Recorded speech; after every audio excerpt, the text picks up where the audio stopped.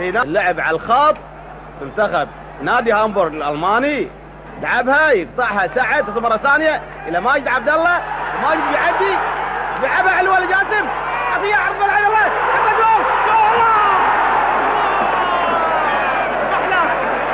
جول! ميلافسكي والكره ملعوبه خطره، طرابلسي بيطلع من المرمى وتوصل وبشوت، تاخذ مره ثانيه وبشوت الجول، طرابلسي طلع مره ثانيه، رجع مره ثانيه وبعدها